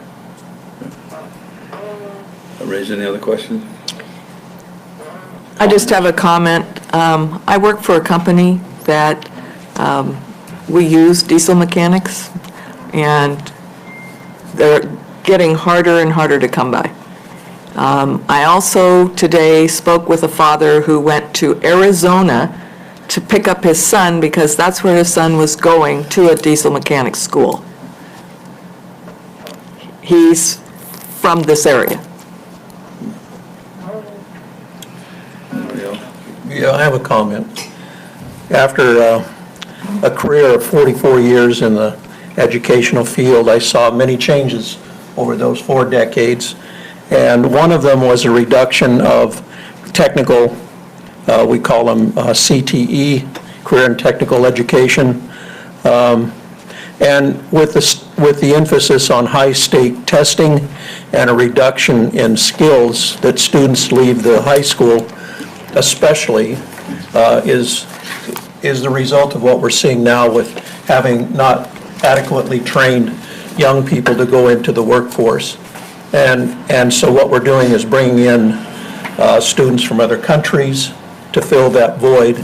And we certainly need the emphasis put back onto ability for students to have the opportunity to go to the technical courses you're offering with the Skills Center.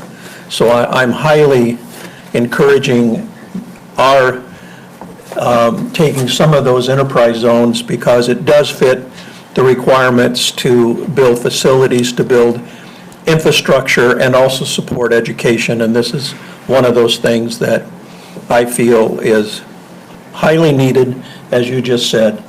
And it's for those students that find themselves neglected in school or not able to do the academic portion, the hands-on is where some students really excel. And I think we've forgotten those kids, and I'm highly encouraged to see what's happening, and I support everything that you're doing here. So I just have a couple of things that I think we need to think about. I love the project. I think it's got a good return on investment for our community. But I also think that when we say yes to something like this that's so big, we also need to know what we're saying no to. And so a couple of things. The estimated debt service doesn't include interest, fees, and other costs, so I'm not really clear exactly how much we're going to need. But with my estimate and the numbers that you provided, the enterprise zone funds, we're still going to be short, even with a 7-year projection. And so I'm just wondering where the city thinks that we're going to come up with the rest for that payment. And then also, one of the things I thought we had been talking about is there have been a lot of people in the community are very concerned about how we've been dividing the enterprise zone funds. We've not yet had our discussion about how we're going to do that. And this particular project would basically wipe out all of it would use up most of our enterprise zone funds for many years. And that's going to affect some other community members as well. So I just think that, we need to think about that. And I understand the timeline, but I am concerned. That triggers another thought, because you were involved in the original negotiations for those enterprise zones. And does this fit in the scope of what you had envisioned, or the county and the city had envisioned when negotiating those funds? I think, we're sort of constrained from talking about our negotiations, but I will tell you that one of the key factors in making recommendations to both the city and the county in the past, and I believe that still pertains, is that how can the funds be used for the greater good? And that means the most benefit for the most people. And so, obviously, that can be based on somebody's opinion. Somebody might say, well, I don't think this is the greater good. But I think it certainly can fit within that definition. One thing that I will say, the Google 3, which is the Taylor Lakes project, we haven't had the true up for phase 2. Right. So the projection of money that will come in is not quite complete, and so there is expected an additional sum of money that will come through the true up. So it still goes back to the expected use of those funds. This would be an appropriate use, in your opinion, of those funds? It's the communities, the city and the county has sole discretion under the statute for use of the funds. Got it. Now, you mentioned something about the indebtedness of the city. Would this be beyond the 3.5 million? Would there be additional requirements in the future for financial? Could you rephrase your? Not to exceed 3.5 million. Councilwoman asked a question about exceeding the amounts in the future. What was your question again? Is interest, yes. Well, yeah, so it's not including, it's 3.5 million in principal, plus interest and fees associated with this principal amount. Over a 4-year period. Or 10, or whatever, 7, whatever we look And the at. timelines that were expressed in the agenda staff report were potential timelines that could be used. If a longer timeline is needed, 7, 8, 9, 10 years to stay within the available enterprise zone funds, that could also be discussed. I did not have the numbers at the time. We haven't taken the bond out, or the college hasn't taken the bond out, so those interest and fees, it's hard to come up with hard numbers for those. But I wanted to stress that in my staff report, that it did not include those. But we do know what we're expecting that revenue to be. The revenue from the Third Design LLC is expected to be a minimum of $1 million a year. It's based on a calculation involving the size of the building, so as the true-up occurs and we finalize that number, we'll have a more finalized revenue number. I thought it was closer to 1.2. I think once we have the final number and we... No, the final number is completely separate. On just phase 1, I think it's closer to 1.2 per year. And the true-up will be additional because it'll be based on the square footage or the cubic footage of the new building, and that would be contained in phase 2. So that's an additional amount of money, and we don't know what it is as yet because it hasn't been officially trued up. Correct. The language in the documents is that it's a minimum of a $1 million payment or the greater of cubic footage times a multiplier. And that's based on the cubic footage for phase 1. Right. I think it's 1.2. May I speak to Councilor Juan Curtis's other Yes. comment? Because I share your concern. We've heard numerous comments from other taxing entities who have more or less said we'd like our share. And I just was going to point out that at least 2, the school district and the fire district, have provided letters of support toward this project.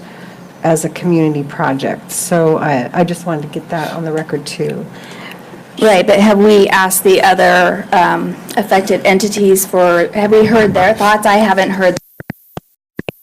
And the other thing is that I understand we're projecting what the income is, and we feel it's pretty solid, but the truth is, the bonds that we are going to sell are backed by the full faith and credit of the city of the Dalles, which means, who is it then? The college The is college. taking out the bonds. So, and but we're paying for it. We're paying for a portion of it. Right. Right, so whether or not We're there. this succeeds, we have to keep. Right, and when, if you selected alternative one, it directs staff to develop an IGA with them to address all these issues. And so I think that's what you would see when that comes back. And I think to Councilwoman Long Curtis's point, the last sentence in my staff report also stresses that issue or that concern is that if those funds are not received for whatever reason, the city will still be expected to service the agreed upon debt. Yes. And also, we have, to my knowledge, not spoken with the other taxing entities beyond those two that supported. That is correct. Okay. Well, we haven't asked them that question, but we have gone through, myself and Scott Hagee went through an interview process, asking them what their interests were in terms of the money from the Taylor Lakes project. So now we need to go back and add that. The only two that I approached directly, thank you, Mr. Mayor, the only two I approached directly were the fire district and the school district. Yeah, and I understand that we're on a timeline, but I also I guess I also feel that we haven't done a very good job as a council, my personal opinion, in reaching out and getting feedback from the citizens and the groups that are affected, and then we get a lot of backlash after we've made a decision. And so I want to make sure that even though we're on a timeline, that we are doing everything right and getting every opportunity, making sure we have all the information before we vote.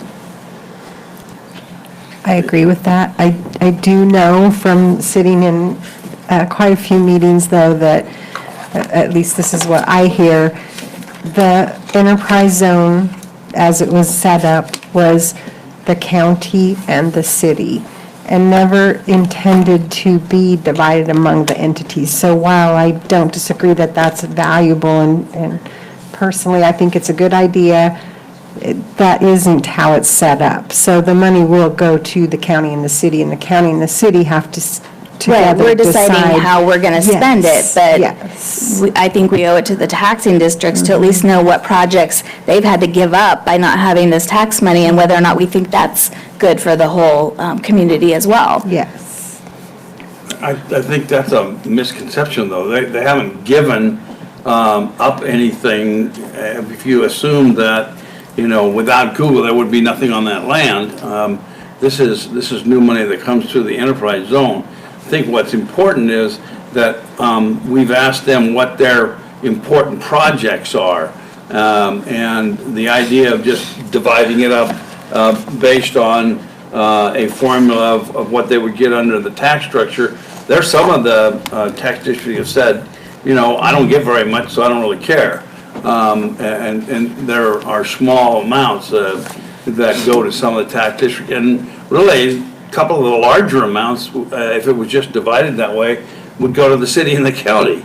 I think it really behooves us of taking a broad look at it. I agree with you to go and talk to the tax district again and get their take on this project. But ultimately, it will come back to the city council and the county commission to vote on what is to be done with the enterprise zone money in all aspects. I want to Just hear like they've from done them. before. I want them to come up and testify and tell me. I'm not saying anything Oh, the about tax district? dividing it exactly by a formula. I'm saying I want to know what else is out there. What are we giving up by saying yes? So- And we said we were going to look at the enterprise zone, how we were distributing that. And so we need to follow through with what we said. So the taxing entities are the Mid-Columbia Fire and Rescue Fire Station, that's one. Northern Wasco County Parks and Rec, Wasco County, the City of the Dalles, Columbia Gorge Regional Airport. Portland, not the airport. We gave them, and that would be an example of, and on Google too, we gave them $100,000 for a specific project. Okay, so that's not one of the... Not a tax district. Okay. Affected by this, Then Northern Wasco County School District 21, not directly. not directly, yeah. But those are the taxing entities you're talking about, either not being represented, and I heard the same thing back, that we didn't get our fair share comment thing. The two that have said that has been the school district and the fire fire district. And what's interesting is that we actually gave them, out of Google too, the largest amounts of Yeah, money. I see that. And so it's really interesting to hear that from them. And then, now they have signed letters saying they support this as a proper use of enterprise zone. I really haven't had other tax districts come to us and say, we don't think you've done us justice. So are there any other taxing entities other than what I just read? Well, Parks and Yes. Rec would be one. Did you name- I read that, yeah, I read that. The Port of the Dalles, the Soil and Water Conservation District. I can get you a full list. if you- Okay, The Also, scouting. Matthew, were you going to say something about the enterprise zone meetings that we conducted earlier? I thought Matthew was going to speak to previous meetings. So if I may, as we went through the redesignation process for the enterprise, the new Wasco County Joint Enterprise Zone, there was 2 listening sessions, formal listening sessions with the taxing districts to hear some of the concerns raised by all of the counselors. And I think I hear agreement that given the timeline of this issue and the need of the college, that while a decision is needed by council to move forward, there's also a desire to see that more formal or more developed process to hear that input from the different taxing districts. And from the taxing districts meetings that we held, there was input from the taxing districts to have more input in that process. But the mayor is correct that the final decision for the enterprise zone funds are by the sponsors of the enterprise zone. And the Dalles-Wasco County Enterprise Zone is the zone under which these agreements were made, and those sponsors were the city and Wasco County. The new enterprise zone, just as a note, has an additional sponsor, the Port of the Dalles. And moving forward, that will be an additional entity through this process.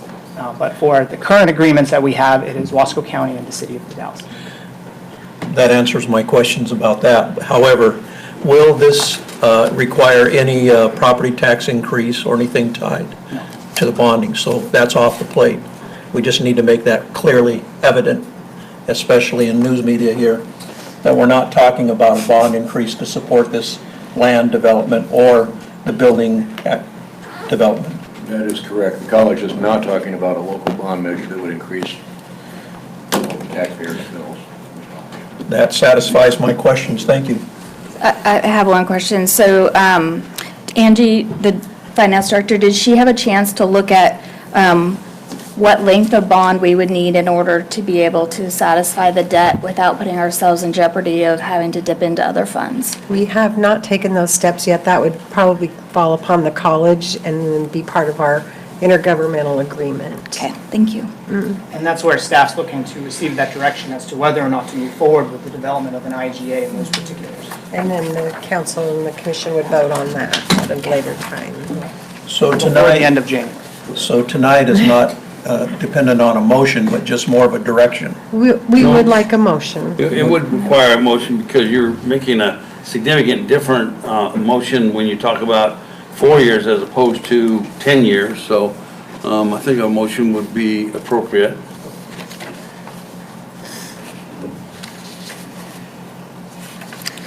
I'd like to move to direct staff to develop an IGA with CGCC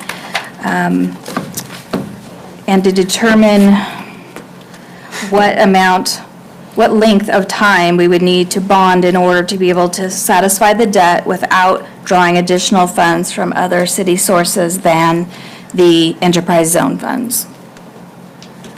So for clarification, really, are you kind of combining 1 and 2? No, she's saying not to use enterprise zone funds. No, I said only using enterprise zone funds. only, I thought- Not dipping into General funds. general funds, yes. because my calculation on one of these is that we'd have to come up with another 185,000, and so I don't know what the year is, and that's Angie's And specialty. Counselor, just for clarification, I didn't hear you say and Wasco County. Yeah. Did you Okay, intend to and include Wasco that? County, Okay. yes. I was I just wanted to- reading number 3 and it didn't say Wasco. So, yes. Everybody clear on the motion? Do I need to say it again? Yeah, I think. Or you want to say what you wrote? Would you like to wanna read clarify? it back? That I wrote. Okay. Yeah. Oh, yes. Tell me I got it. Yes. To direct staff to develop an IGA with Columbia Gorge Community College in Wasco County for the use of enterprise zone funds beginning with fiscal year 1920. I added that part. In equal partnership with Wasco County for the service of CGCC debt not to exceed $3.3 million and to determine the length of time using those enterprise zone funds. 3.5. 3.5. 3.5. Mhm. Is that what I said? Yeah. Yes. You said 3.3. 3.5, sorry. Okay. Did that capture it? Yes. Do I have a second? I'll second that. All right. We have a motion and a second to proceed as stated. I'm not going to try to restate it. Is there any further discussion? So when are we gonna have those true-up calculator for, For the next phase, That's a $64,000 question, isn't it? We thought we were having a meeting in November, and then it was canceled till after the elections, which is interesting. And now we don't have a date scheduled. We've got a preliminary true-up, but, you know, we have to make sure that we agree with the calculations that they're providing. So we do have to have a meeting. And have you been contacted again for any date? Not for a follow-up. Not for a follow-up. So we really don't have something. We can reach out, obviously we should, reach out and say, you know, what are we gonna do about this true-up? And I think we can do that, but right now,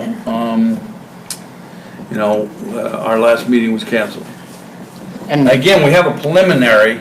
so the preliminary is based off of what was turned into building codes for, Yes, and cubic feet on phase 2, and it's significant, I will tell you that. But we gotta make sure we agree with how they calculated it.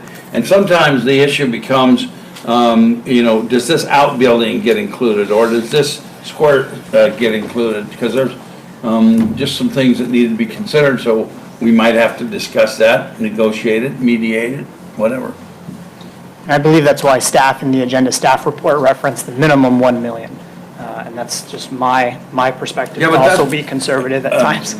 But Matthew, you're quoting the agreement, which says a minimum, but I'm telling you that by the calculations for phase 1, it is 1.2 about per year, which is the larger of the two amounts.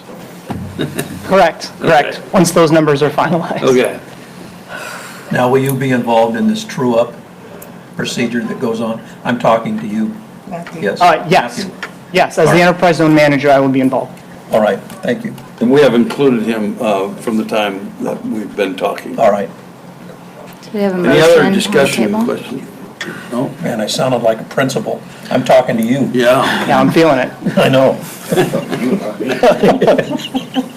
So, all those in favor signify by saying aye. Aye. Is there any opposed?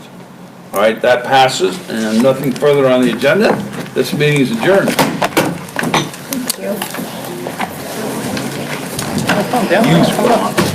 Get them out. That's for you. So remember, when you're pointing, there's It's very aggressive.